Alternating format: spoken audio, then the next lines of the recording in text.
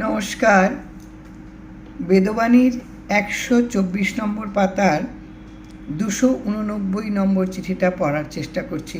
এটা হচ্ছে বেদবাণীর প্রথম খণ্ডের। ঠাকুর লিখেছেন প্রথম লাইন, ভক্তের কাছে লিখেছেন, সত্যং পরম ধীমহি। সত্য হচ্ছে পরম ধ্যান, নিশ্চিত ধ্যান। তুমি সত্যকে নিয়ে প্রতি মুহূর্তে তুমি সাধনা করো, তপস্যা করো, তাকে নিয়ে চর্চা করো, এটাই নিশ্চিত পথ তোমার একমাত্র। সত্যং পরম ধীমহি। পরশ্রী কাতরতা হৃদয়ের উপসর্গ। উপসর্গ হচ্ছে আমাদের যখন কোনো শরীর খারাপ হয়, জ্বর হয়, তখন কি হয়? তখন কি কি উপসর্গ আমরা খুঁজে বেড়াই? মাথা ব্যথা, পেট ব্যথা, কাশি, সর্দি, এই যে ভিন্ন ভিন্ন উপসর্গগুলি আমরা অনুসন্ধান করার চেষ্টা করি। ঠিক তেমনি মনের একটা উপসর্গ, একটা উৎপাত, একটা নমুনা, সেটা হচ্ছে পরশ্রী কাতরতা। অন্যের জিনিস দেখে, অন্যের সৌন্দর্যে, অন্যের স্মৃতিতে ব্যাকুল হওয়া, কাতর হয়ে পড়া, নিজেকে অস্থির করে তোলা, এটা একটা আমাদের মনের ভেতরের একটা উপসর্গ। এটা হচ্ছে আমাদেরকে ক্ষতিকারক, এটা ঠিক না। মানে এই যে জিনিসগুলি একটা অসুস্থতাকে বহন করবার জন্য যে উপসর্গগুলো থাকে, তার মধ্যে আমার মনটাকে যদি নষ্ট করার জন্য, আমার অন্তরটাকে নষ্ট করার জন্য, কাবু করার জন্য, অসুস্থ করে দেওয়ার জন্য যে উপসর্গ, সেটা হচ্ছে পরশ্রী কাতরতা। নিরপেক্ষ থাকিয়া অদৃষ্ট চক্রের দেনা পাওনা যাহা আছে পরিশোধ করিয়া নিত্যের সম্ভারে যাইতে চেষ্টা রাখাই হচ্ছে পরম ধর্ম। কি অপূর্ব লাইন! ঠাকুর বললেন যে তোমার অন্তরের উপসর্গ হচ্ছে পরশ্রী কাতরতা। এটা তোমাকে অসুস্থ করে দেবে বা তোমাকে লাঞ্ছিত করবে। তাহলে তুমি কিভাবে থাকবে? ঠাকুর সেটা বলে দিচ্ছেন। নিরপেক্ষ, তুমি একদম পক্ষপাত দুষ্ট হইও না, কোনো কিছুর পক্ষ নিও না। তুমি না পরশ্রী কাতরতা, না তুমি তার ঊর্ধ্বে, তুমি তোমার মতন করে তুমি নিরপেক্ষ থাকো। থেকে কি করো? তোমার অদৃষ্টের চাকায়, অদৃষ্ট চক্রের দেনা পাওনা, অদৃষ্টের এই যে ঘূর্ণন, এই যে চাকার ঘূর্ণন, এতে যা তোমার দেনা পাওনা যাহা আছে তা পরিশোধ করিয়া নিত্যের সম্ভারে, নিত্য হচ্ছে যা সত্য, যা নিত্য, তার ভাণ্ডারে, সম্ভার হচ্ছে তার ভাড়ারে, তার ভাণ্ডারে তুমি কি করবে? যা আছে নিত্যের সম্ভারে যাইতে চেষ্টা করবে। নিত্য হচ্ছে একেবারে যার কোনো পরিবর্তন নেই, যেটা সত্য, তার যে সাম্রাজ্য, তার যে সম্ভার, এখানে তুমি যেতে চেষ্টা করো। তুমি নিরপেক্ষ থাকো এবং তোমার অদৃষ্ট অনুযায়ী যেমন তোমার আসা যাওয়া হচ্ছে, যেমন তোমার প্রাপ্তি এবং বিয়োগ হচ্ছে, এটা তুমি আস্তে আস্তে পরিশোধ করতে থাকো। এটা তোমার কৃতকর্মের জন্য এগুলো হচ্ছে, এগুলো তুমি পরিশোধ করতে থাকো, কারণ ঋণ তোমায় পরিশোধ করতেই হবে, ওখান থেকে মুক্তি পাওয়ার কোনো উপায় নেই। এগুলো করতে করতে তুমি কি হবে? তুমি নিত্যের যে সম্ভার, যে তার যে একটা মানে রাজত্ব, তার যে একটা ঐশ্বর্য, এখানে তুমি থাকতে আসার চেষ্টা করো। তুমি নিত্য সত্যের প্রতি তুমি তাগিদ অনুভব করো, সেখানে তুমি যাওয়ার জন্য তুমি চেষ্টা করো। পরের কথা গ্রাম বার্তার যোগ ঘোর ব্যভিচার। এই যে ভিন্ন ভিন্ন কথায় নিজেকে অস্থির করে তোলা, এগুলো আমরা একবারে কথ্য কথায় বলি বড্ড গেয়মি। মানে এটা হচ্ছে একেবারে মানে অমার্জিত, অশিক্ষিতর মতন ভাবনা চিন্তা। এটা হচ্ছে তোমার একেবারে মানে এই যদি তোমার যোগ হয়, এই যদি তোমার যুক্ত হয় তোমার মনের মধ্যে, তাহলে তুমি জানবে এটা অত্যন্ত ব্যভিচারী, মানে দ্বিচারিতা। এটার মধ্যে কোনো মানে ভালো দিক নেই। তুমি যদি অন্যের কথায় তুমি যদি চলো, তোমাকে ধরো ঠাকুর এখানে মানে এটাই হয়তো ঠাকুরের বলার, এই বাক্যটা বলার আসল কারণ হয়তো যে আমরা কি হয়, আমরা যখন অদৃষ্টের চক্রে নানানভাবে বিভ্রান্ত হতে থাকি, ওই চাকাতে যখন পিষতে থাকে আমাদের সমস্ত দেহ মন প্রাণ, তখন আমরা ভিন্ন পথ ধরার চেষ্টা করি এবং সেই পথ ধরার জন্য কেউ কেউ বুদ্ধি দিতে থাকে। ঠাকুর এই জায়গাগুলোতে বলছে এই জায়গাগুলি ঠিক পথ নয়। এগুলো হচ্ছে যাদের মধ্যে অজ্ঞতা আছে, যাদের মধ্যে একটা গেয়মি ভাব আছে, এইগুলি তাদের মধ্যে থাকে। এই যোগ যদি তোমার মধ্যে আসে তাহলে সেটা একেবারে অত্যন্ত মানে ঘোর ব্যভিচারী। ব্যভিচারী কাদের বলা হয়? যারা একজনকে বিভ্রান্ত করে আরেক জায়গায় গিয়ে বসত করে, এই ব্যভিচারী একেবারে এই জায়গাটায় ঠাকুর বলছেন যে তুমি কখনো তোমার এই অদৃষ্টের চক্রে যা দেনা পাওনা এটা তুমি শোধ করতে থাকো, শোধ করে করে তুমি নিত্য সত্যের যে সম্ভার তাতে তুমি আসার চেষ্টা করো, তাতে তুমি যাইতে চেষ্টা করো, ঠাকুর বলছেন। এবং তোমাকে যদি কেউ বিভ্রান্ত করার চেষ্টা করে, তোমার মন নানাভাবে তোমাকে অস্থির করে দিতে পারে, তোমাকে যদি বিভ্রান্ত করার চেষ্টা করে তখন তুমি কিন্তু এই যোগ তুমি নিজের মধ্যে এনো না। এটা কিন্তু অত্যন্ত খারাপ জিনিস। পূর্বাদিক্রমে মহাজন পুঞ্জের পথই হচ্ছে পথ। একেবারে আদি অনন্ত কাল ধরে মহাজন, তারা মহাজনের যে একটা দল, মহাজন সমূহ যে পথ দেখিয়ে গেছেন, যে পথ দিয়ে তারা গেছেন, এটাই হচ্ছে সঠিক পথ। তুমি নিজে কিছু করতে মানে সৃষ্টি করার চেষ্টা করো না, এটা মহাজনদের কথাই, তোমাকে সেই পথ অনুযায়ী চলতে হবে। পরের পথে খুঁজিয়া কণ্টকি পড়ে। এই যে তোমাকে নানান ধরনের যে ভিন্ন ভিন্ন পথের যে তোমাকে খোঁজ দেবে, এই পথগুলি দিয়ে তুমি যখন চলতে চেষ্টা করবে, এই পথগুলি কিন্তু কাঁটায় ভরা পথ, এই পথগুলি কিন্তু মসৃণ পথ নয়। মহাজনদের তারা যা বলেন এটা সেই পথ নয়, এটা হচ্ছে বিভ্রান্তির পথ, ভিন্ন পথ। তুমি আমার অদৃষ্টে আমার অর্জিত বা আমার সঞ্চিত যা কর্মফল, তাতে করে হয়তো প্রতি মুহূর্তে নানান লাঞ্ছনা সহ্য করাটাই হচ্ছে আমার লিখন। এবার আমাকে হয়তো কেউ বলল যে এই পথ দিয়ে তুমি যাও, তুমি নানান রকমের ধারণ করো দ্রব্যাদি, তাহলে পরে তুমি এখান থেকে উতরে যেতে পারবে। বিভ্রান্ত মন, চট করে চটজলদি কিছু পাবার লোভ নরম মনের সবসময় থাকে। এই পথগুলি যারা বেছে নেয়, সেই পথগুলি কখনোই মসৃণ হয় না, সব সময় কাটা ভরা পথ হয়। মাঝে মাঝে এগুলো থাকে, কিন্তু এই ধরনের বুদ্ধি মত বা তোমাকে পরামর্শ দেওয়ার মতন অনেকেই থাকে। চলার পথে অনেক কিছু আসে, অনেকেই অনেক রকম বুদ্ধি দিয়ে থাকে, কিন্তু তুমি যদি ঠাকুরের আশ্রিত থাকো এবং ঠাকুরের প্রতি তোমার যদি নিষ্ঠা থাকে, ভরসা থাকে, বিশ্বাস থাকে, তাহলে তোমার যা কিছু হোক না কেন তুমি তারই পায়ে তুমি নিজেকে ঢেলে দিতে পারবে, এতটুকু তোমার দ্বিধা হবে না, তুমি যদি তাকে বিশ্বাস করো। এটা হচ্ছে সবচেয়ে বড় কথা। কোনো পথ নেওয়ার কোনো দরকার নেই। আমি অন্তত পক্ষে এটা ভীষণ বিশ্বাস করি। অন্য কোনো পথে কোনো দিন গন্তব্যে পৌঁছানো যায় না, কোনো দিনও না।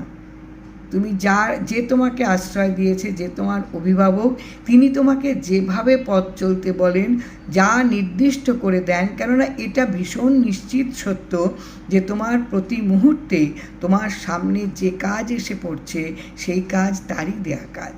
কেননা তিনি তোমাকে ঋণমুক্ত করবেন। তোমার যা যা সঞ্চিত কর্মফল, এই যে তোমার ভোগের সময় হয়েছে, তুমি এখন ভোগ করে করে এগিয়ে যাও, এগিয়ে গিয়ে তুমি নিত্যের সম্ভারে তুমি আসো। ঠাকুর বলছেন এই কথাগুলো। তাহলে এই কথাগুলো যদি আমরা না মেনে চলি, তাহলে ঠাকুর যে এই আশ্রিত জনেদের কাছে এত মূল্যবান অমৃত কথা তিনি ছড়িয়ে গেছেন, সবটাই তো বৃথা। আমরা তো মানতে পারি না আমাদের, কেননা আমাদের ভীষণ চটজলদি কিছু একটা পাবার আমাদের প্রচণ্ড লোভ, আমাদের প্রচণ্ড আকাঙ্ক্ষা, আর আমাদের দুর্বল মন, আমাদের ধৈর্য কম, আমরা অপেক্ষা করতে জানি না। ঠাকুর বারবার বলছেন অপেক্ষা করো, অপেক্ষা করতে হয়, ধৈর্য ধরতে হয়, সহিষ্ণুতা বাড়াতে হয়। এগুলো যার মধ্যে থাকে সে পারে। যে কোনো ঢেউ তোমাকে এসে ধাক্কা দিক না কেন, তুমি তোমার জায়গায়, কারণ তুমি জানো এই পথগুলি দিয়ে পেরুতে পারলে এক এক করে, তা যতই কষ্টের হোক না কেন, নিশ্চয়ই আমার কৃতকর্ম, তাই আমি এতটা কষ্ট ভোগ করছি। এই প্রত্যেকটা পথ যদি আমি যতই কঠিন পথ হোক না কেন, আমার যদি মুখে অবিরাম নাম থাকে, নামের স্মরণে যদি থাকি, ঠাকুর আমার সঙ্গে থাকবেন। যা কঠিন পথ হোক, যা দুর্গম পথ হোক, এই পথ পাড়ি দিতে নিশ্চিত পারবো, ঠাকুর আমার সহায় আছে। এই নিষ্ঠা, এই বিশ্বাস, এই ভরসা যদি আশ্রিত মনকে যদি একেবারে শক্ত করে না তোলে, তাহলে নিত্যের সম্ভারে যাওয়া সম্ভব হবে না। বিভ্রান্ত হতে হবে। বিভ্রান্তকর পথগুলি কাঁটায় ভরা হয়। কি অপূর্ব করে ঠাকুর প্রত্যেকটা লাইন দিয়ে দিয়ে, প্রত্যেকটা শব্দ দিয়ে দিয়ে প্রত্যেক আশ্রিত জনের মনকে এক এক করে একটু একটু করে একেবারে তাদের মনকে বুঝিয়ে দিচ্ছে কিভাবে মনকে পরিশোধিত করতে হবে। বিভ্রান্ত হওয়ার কোনো উপায় কারণ নেই, কারণ তুমি যতই বিভ্রান্তিকর পথ দিয়ে তুমি চলো না কেন, তুমি কখনো গন্তব্যে পৌঁছতে পারবে না। তুমি তো একটা এই অস্থির পরিস্থিতি থেকে তুমি একটা স্থির পরিস্থিতিতে যাওয়ার তুমি চেষ্টা করছো। তুমি এই পথ দিয়ে যেতে গিয়ে তুমি দেখছো নানান বাধা, নানান ঢেউ তোমাকে ধাক্কা দিচ্ছে।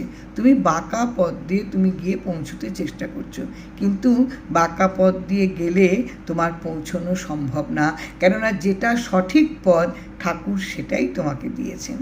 তুমি এই পথ দিয়েই এগো, তুমি ঠিক ঠিক নিত্যের সম্ভারে তুমি যেতে পারবে। ঠাকুর বলছেন ধৈর্য কাহাকে বলে। এটা তো ভীষণ সত্য প্রশ্ন, ভীষণ কঠিন প্রশ্ন। ধৈর্য হচ্ছে সহিষ্ণুতা, সহনশীলতা, অপেক্ষা করতে জানা। এটা কাকে বলে? এই যে আমরা যদি যে কোনো পরিস্থিতিতেই আমরা যদি নিজেদেরকে একেবারে স্থিরভাবে রাখতে পারি, আমরা যদি অপেক্ষা করতে শিখি, আমরা যদি জানি যে অপেক্ষা করতে হয় কি পদ্ধতিতে, কেননা আমার যে আরাধ্য দেবতা, আমার যে অভিভাবক, তিনি এই পরিস্থিতির মধ্য দিয়েই তিনি আমাকে নিয়ে এগুচ্ছেন, তিনি আমাকে নিয়ে যাচ্ছেন। কেননা আমার নাম যখন অবিরাম আমার মুখে, অবিরত আমার মনে, তাহলে পরে ঠাকুর তো আমাকে ছেড়ে কখনো যাননি। তাহলে তিনি যখন আমার সঙ্গে আছেন, পথ যতই দুর্গম হোক না কেন, আমি সেখানে ধৈর্য রাখতে পারবো না, এটা তো হয় না। ঠাকুর বলছেন কর্তৃত্বাভিমানের ধৈর্য শক্তি মেঘের সূর্য আচ্ছাদনের ন্যায় প্রতিফলন হয়। কি অপূর্ব লাইন! কর্তৃত্বাভিমান, যার আমিত্বের অহংকার, কর্তৃত্বের অহংকার যার মধ্যে, তার ধৈর্য ধরার শক্তিটা কীরকম? মেঘ সূর্যকে ঢেকে রাখে, খানিকটা সময় ঢেকে রাখতে পারে, তারপরেই প্রকাশ পায় সূর্যের। ঠিক তেমনিভাবে যার ভেতরে কর্তৃত্বাভিমান আছে, তার ভেতরে ধৈর্য শক্তিটা হচ্ছে ওই রকম। যে আমার ভেতরে অনেক লোভ, লালসা, কামনা, বাসনা, কিন্তু আমি খানিকটা একটা প্রলেপ দিলাম মেঘের মতন করে সূর্যকে ঢাকা দেওয়ার মতন। কিন্তু মেঘ তো সে তো গতিশীল, সে তো সরে যাবে। সরে গেলে আবার তো সেই আমার আগুন, আমার সেই খিদে, আমার সেই চাওয়া পাওয়া আমাকে কর্তৃত্বের আমাকে দাবিদার করে দেবে। আমি তখন কর্তৃত্ব ফলাতে চেষ্টা করব, ওটা আমাকে একেবারে অস্থির করে দেবে, ওটা আমাকে অহংকারী করে দেবে। কতটা ধুয়ে মুছে নিতে হবে নিজের মনকে, নিজের প্রতিদিনের যাপনকে। এই চিঠিগুলো পড়লে বোধহয় প্রতিদিন পরিশোধিত করার একটা তাগিদ ওঠে মনের মধ্যে। ভীষণ সত্যি কথা, প্রত্যেক দিনের একটা মনের মধ্যে তাগিদ আসে যে কোন কোনগুলো ত্রুটি আমাদের, এবং অবিরাম এই ত্রুটিগুলো আমাদেরকে অস্থির করে তুলছে। এখান থেকে নিজেদেরকে সরিয়ে নেওয়া বোধহয় খুব উচিত, না হলে ঠাকুরের এই কথাগুলো কোনোটাই আমরা মানতে পারবো না, কোনোটাই আমরা পালন করতে পারবো না।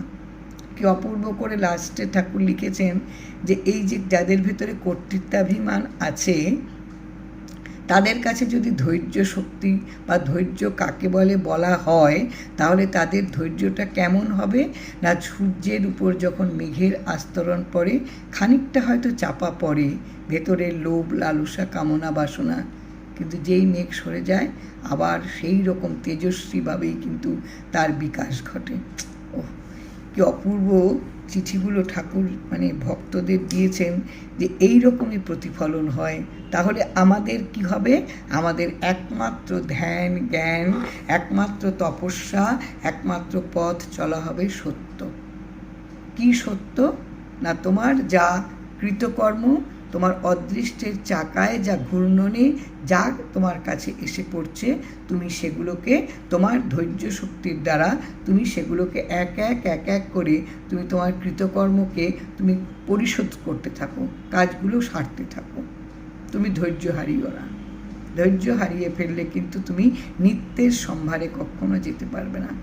আহা, অপূর্ব চিঠি, অপূর্ব চিঠি। এবং এই চিঠিগুলো ভীষণভাবে কিন্তু মনকে নাড়া দেয় যে কোনো একটা ব্যাপারে যদি ব্যাকুলতা বাড়ে, অস্থিরতা বাড়ে, সঙ্গে সঙ্গে চিঠিগুলোর লাইনগুলো কিন্তু মনের মধ্যেই কিন্তু একেবারে নাড়াচাড়া দিতে থাকে যে এই কিছুক্ষণ আগেই তো এই শব্দগুলোকে নিয়ে, এই বাক্যগুলোকে নিয়ে একটা মনের মধ্যে এক ধরনের প্রলেপ আমি দিলাম।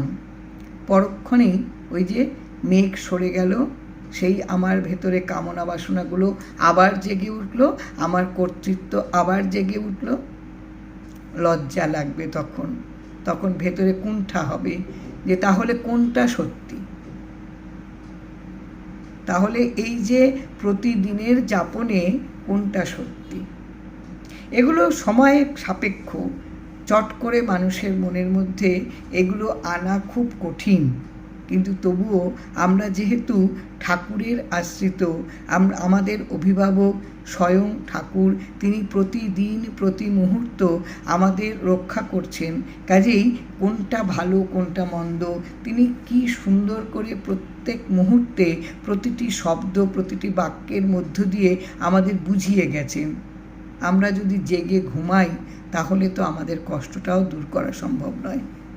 কাজে আমাদের কিন্তু প্রতিদিন ভালো থাকার জন্য ঠাকুর এই চিঠিগুলো প্রত্যেক আশ্রিতজনের কাছে তিনি লিখেছেন।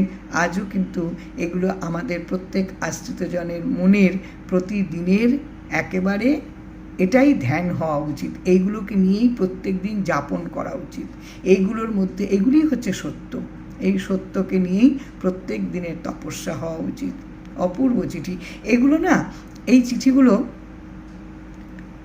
বেশ অনেকটা সময় প্রত্যেকটা শব্দকে, বাক্যকে নিয়ে যেন কাটানো যায়, রেখে যাওয়া যায়, অনেকটা সময় ভাবা যায়। এই যে লাস্ট লাইনটা, যে কর্তৃত্বাভিমানের ধৈর্য শক্তি মেঘের সূর্য আচ্ছাদনের ন্যায় প্রতিফলন হয়। কি অপূর্ব, কি সুন্দর করে ঠাকুর বুঝিয়ে বললেন যে আমরা যদি মুখে বলি যে আমার ভেতরে ধৈর্য শক্তি আছে, আসলে সেটা যে সূর্যের উপর একটা মেঘের আচ্ছাদন, ঠাকুর এটা কিন্তু বুঝিয়ে বললেন। এটা আমরা কিন্তু বুঝতে শিখব, বুঝতে জানব। এই বাক্যটাকে নিয়ে যদি আমরা বাস করতে পারি, এই শব্দগুলোকে নিয়ে যদি আমরা যাপন করতে পারি, তাহলে কিন্তু আমরা এই যখন আমাদের ভেতরে ধৈর্য হারিয়ে যাবে, এই বাক্যটা কিন্তু আমাদের কড়া নাড়বে, আমাদের মনের দরজায় কড়া নাড়বে। আমরা কিন্তু পরিশোধিত করার চেষ্টা করব মনকে। অপূর্ব। এই যে অন্তরাত্মার, অন্তরের বা হৃদয়ের যে উপসর্গ, এই উপসর্গগুলো এক এক করে কমানোর এইগুলি হচ্ছে একেবারে ধাপ, এক একটা ধাপ। নানান উপসর্গ, কর্তৃত্বাভিমানী মনের যে নানান উপসর্গ, হৃদয়ের পরশ্রী কাতরতা, নানান ধরনের কামনা বাসনা, চাওয়া পাওয়া, দেনা পাওনা, এই সব কিছু দিয়ে কিন্তু তুমি যদি মনে করো যে না, এগুলো আমার কিচ্ছু নেই, আমার ভীষণ ধৈর্য আছে, ঠাকুর বলে দিলেন এইটা হচ্ছে যার ভেতরে কর্তৃত্ব বোধ আছে, তাদের এই কথাটা বলা মানে হচ্ছে সূর্যের উপর মেঘের আচ্ছাদন। সরে গেলেই আবার সেই, আজকে মুখে বললাম, কালকে আবার সেইটা এলো। এই জন্যই বোধহয় প্রত্যেক দিন বেদবাণী পাঠ করতে হয়, প্রত্যেক দিন বেদবাণী পাঠ, প্রত্যেক দিন বেদবাণী শোনা, এবং এই শোনা মনের মধ্যে তাকে ধারণ করা। তাহলে বোধহয় আমরা প্রত্যেক দিন ভালো থাকব। এবং এই প্রত্যেক দিন ভালো থাকার জন্যই এই চিঠিগুলো ঠাকুর লিখেছেন। জয় রাম, জয় রাম।